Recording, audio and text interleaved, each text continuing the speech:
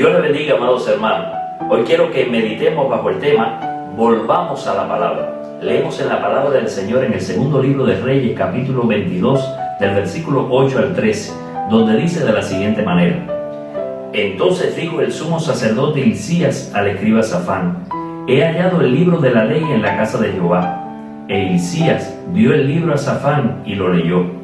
Viniendo luego el escriba Safán al rey, dio cuenta al rey y dijo: Tus siervos han recogido el dinero que se halló en el templo y lo han entregado en poder de los que hacen la obra, que tienen a su cargo el arreglo de la casa de Jehová. Asimismo el escriba Safán declaró al rey diciendo: El sacerdote Hilcías me ha dado un libro. Y lo leyó Safán delante del rey.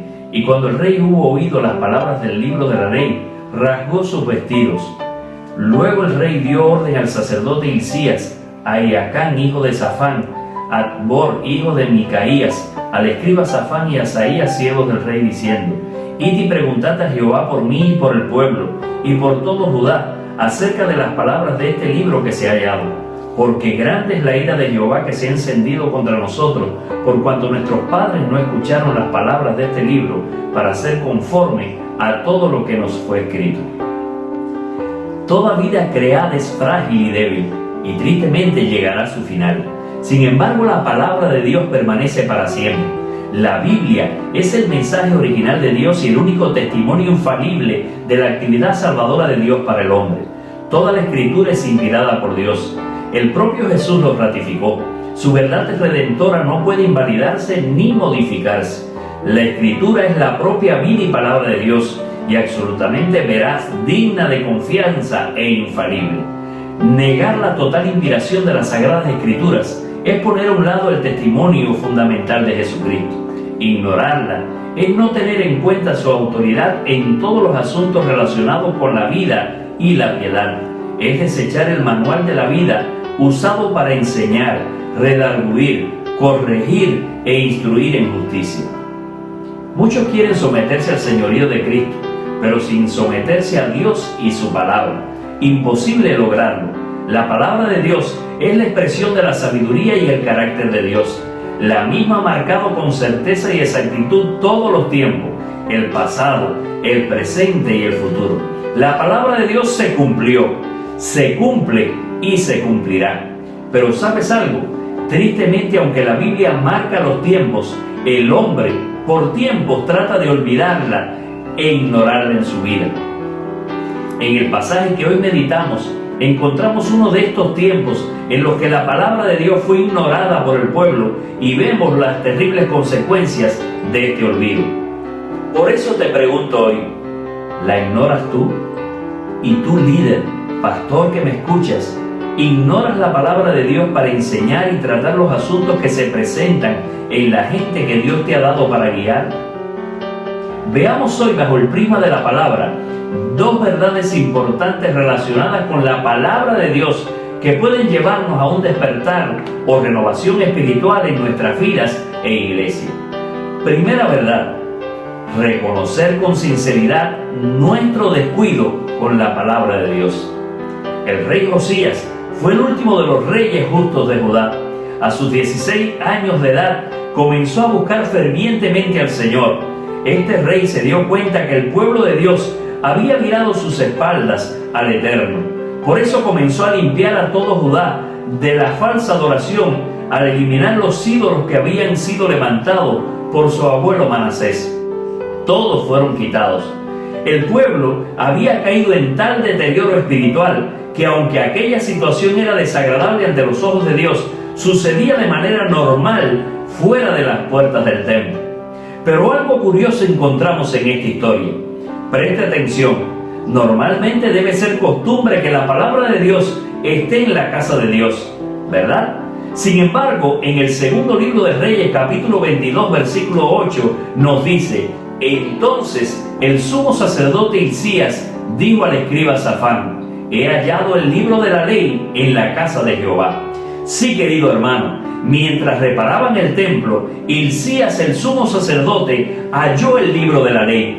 Pero ¿se ha preguntado usted por qué nos dice la Biblia que la palabra fue hallada? Sencillamente porque la misma se había perdido. ¿Puede entender esto? La palabra de Dios se había perdido dentro del templo, dentro de la casa de Dios.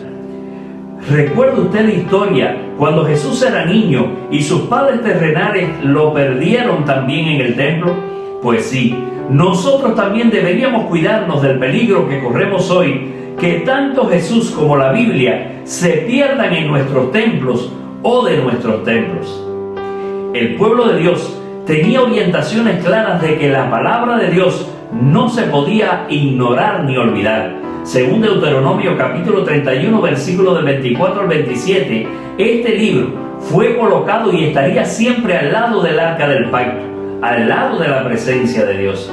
La palabra de Dios estaba ahí con el pueblo, pero el pueblo la había descuidado en los días del rey Josías.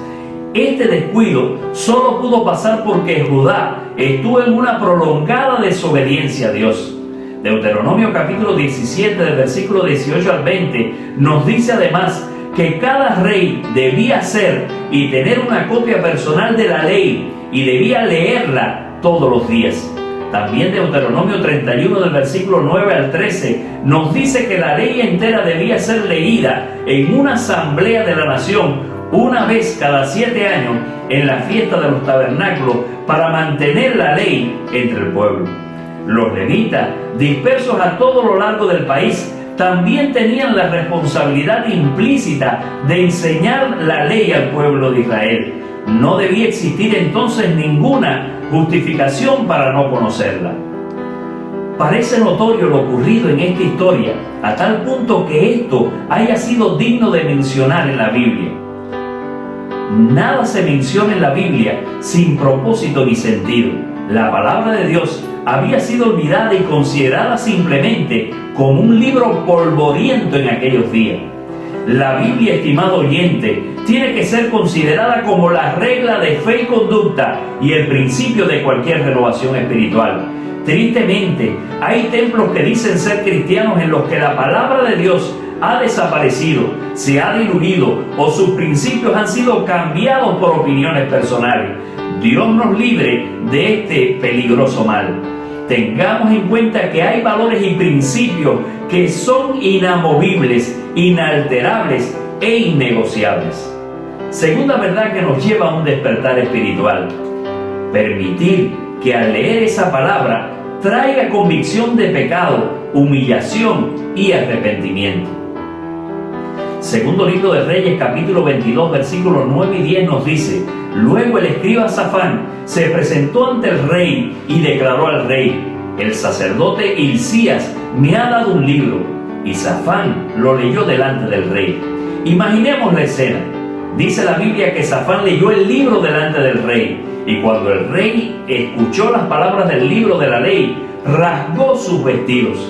Oh sí, amados hermanos, el rey Josías, al escuchar la palabra de Dios, fue confrontado con ella y la misma hizo una obra espiritual en él. No fue solamente la transmisión de la información ni del conocimiento. El escuchar aquella palabra tuvo un impacto de poder espiritual en su vida. La palabra de Dios que estaba perdida ahora había sido encontrada, leída y entendida. Necesitamos hoy hombres y mujeres que también se dejen impactar por el poder de la palabra. Este no es un libro cualquiera. Este libro es la palabra de Dios. De la manera más fuerte posible, Josías, al rasgar sus vestidos, mostró su pena por la condición en la que se encontraba él y su nación. El rasgar las vestiduras era una expresión tradicional de horror y asombro ante algún evento. Esto fue lo que hizo el rey. Mostró una expresión de profunda convicción de pecado. Todo avivamiento y despertar espiritual en cualquier tiempo siempre estará marcado por actitudes como esta. Para que se produzca una renovación debe haber convicción de pecado, que solo la palabra de Dios puede traer. Cuando la Biblia logra esa convicción en el corazón del hombre, a continuación debe venir el arrepentimiento. ¿En qué consiste el arrepentimiento?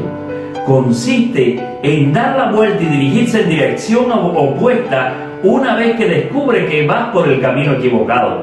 Si vas por un mal camino, dar la vuelta para cambiar de dirección. Eso es arrepentimiento. Sin la palabra de Dios, ni el rey ni el pueblo serían conscientes de cuán lejos se habían desviado. Un retorno a la palabra trae renovación y acercamiento a Dios. A través de la historia, cuando la palabra de Dios es recuperada y entendida por el pueblo, sigue entonces un avivamiento espiritual. El avivamiento puede iniciar sencillamente, como en los días de Josías, con un hombre encontrando, leyendo, creyendo y difundiendo la palabra de Dios. Luego dijo el rey: id y preguntad al Señor por mí, por el pueblo y por todo Judá, acerca de las palabras de este libro que se ha hallado, ya que es grande la ira del Señor que se ha encendido contra nosotros, por cuanto nuestros padres no escucharon las palabras de este libro y no han obrado conforme a todo lo que en él está escrito. El rey se asustó grandemente al darse cuenta que por obviar la palabra de Dios, todos, incluyéndolo a él, merecían el juicio de Dios. Pero como siempre, en medio del juicio, Dios muestra su gracia y misericordia para con el hombre. Así hizo Dios al rey Josías luego de su humillación. Dios le dijo: por haberte rasgado los vestidos y haber llorado en mi presencia, dice el Señor, serás llevado a tu sepulcro en paz, y tus ojos no verán ninguno de los males que yo traigo sobre este lugar. Dios promete a Josías que moriría en paz y que no vería todo el juicio que vendría sobre Judá. Y la razón para que Dios librara a Josías la encontramos en el versículo 18 y 19. Por cuanto oíste las palabras del libro y tu corazón se enterneció y te humillaste delante del Señor. Sí, estimado oyente, para que haya una verdadera renovación en el cristianismo actual, necesitamos oír con mucha atención la palabra de Dios. Necesitamos volvernos a la palabra de Dios. Necesitamos humillarnos delante de Dios. Josías se humilló, pero también hizo que el libro fuese leído al pueblo. Cuando todo el pueblo encontró esa palabra, la colocaron como norma en su vida. El pueblo no solo se comprometió a leerla, sino también a ponerla en práctica. La palabra de Dios tiene vida y poder, y es más cortante que espada de dos filos. No hay ningún atajo, ninguna ruta cómoda, ningún método nuevo para una renovación espiritual. Por ello, todos los creyentes que consideran la Escritura como la única verdad de Dios para un mundo perdido y agonizante, deben respetarla, amarla, atesorarla y protegerla. Si nos hemos desviado del camino en algún punto de la vida, recuerda, querido hermano, volvamos a la palabra. Dios te bendiga, tu pastor y amigo Noel Cardoso Mayoral.